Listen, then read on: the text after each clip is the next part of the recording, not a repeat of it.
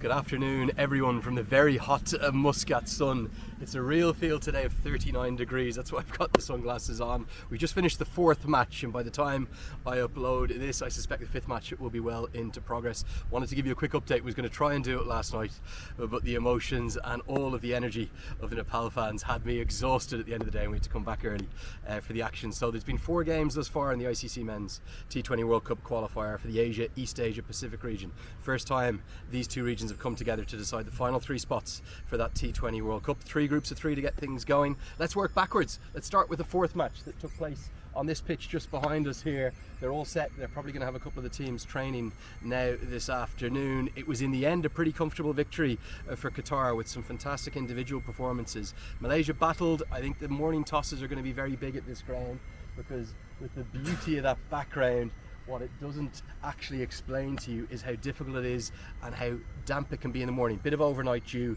meant that it was tricky batting conditions early. Anyone who wins the toss in the 10 AM start is going to choose to bowl first.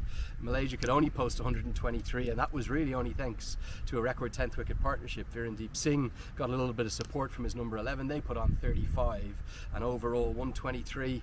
Another T20I half century for Virendeep Singh. His 22nd in his career. He's one of the leading run scorers in the history of the game, over 3,000, but it was never going to be enough. A couple of outstanding bowling performances. Mirza, the captain, somehow a little bit like Glenn Maxwell, battled cramp and a bit of a rolled ankle to make a way through his 4-over spell. He then had to go off to get treatment. He took 4 wickets, also made 35 not out in the second innings. He was unlucky not to be player of the match, as indeed was the left arm off spinner, first ever man who's going to end up with a hat-trick to his name. The second wicket was a little bit fortunate to say the least in LBW, that went the way of Owais Ahmed. He now becomes a 72nd cricketer to take a T20I hat-trick and he got 3 to his name. But the player of the match, what a fantastic story. Ali, who's come in and ended up opening the batting. Zubair Ali, 33 years of age, has made the journey to international cricket in Qatar. He made a duck without facing a ball last night and it was a do or die game for Qatar. They won by 8 wickets with a little bit of a margin. They should be through to the Super 6, not yet. So that was all there.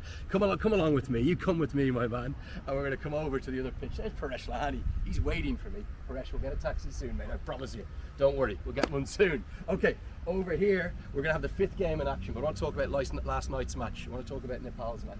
So Kuwait, who lost last night to Nepal, they're going to take on Japan now. They're in that same do or die territory. They must win Japan's first game in the tournament. Nepal, well, they didn't have it all their own way last night by any stretch of the imagination. In fact, the first 3 overs they only scored 5 runs. Started to pick it up then. We saw Kushal Bhurtel start to accelerate, got an ally in Rohid, but a couple of wickets really put things in doubt and put them in check.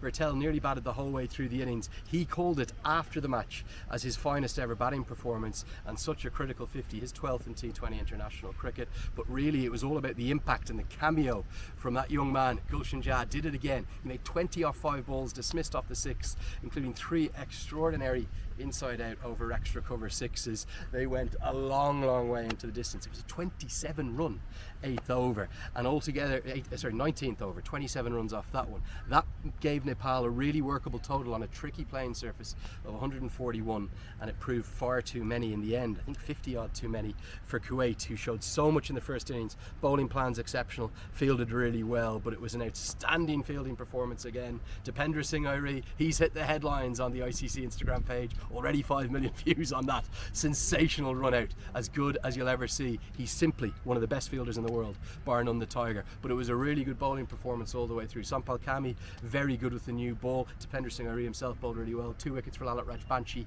and Rohid Powdell 2. And then Sandeep Lamachani, having gone for a few in his first 2, came back brilliantly. He was on a hat-trick as well. So that was game 3, Nepal taking a big win. Just before that, we saw game number 2, also here at this pitch. I was on with Paresh Lahani for that. And again, you'd look at the scorecard and you'd think the highest ranked team in the tournament, UAE, had a comfortable win, but actually they did it really tough. Qatar were really good in that first innings in terms of the way they scrapped up to something of a total. I thought it was never quite going to be enough, 120 or so, something like that, but then the way in which the only reason they scrapped up to that total. It was the bowling at the end. Mohammad Rohid, the player of the match, and Junaid Sadiq were outstanding. Only 11 from the final 3. 118 felt under par, but then the second innings, basically 12-14 overs, the game was in question.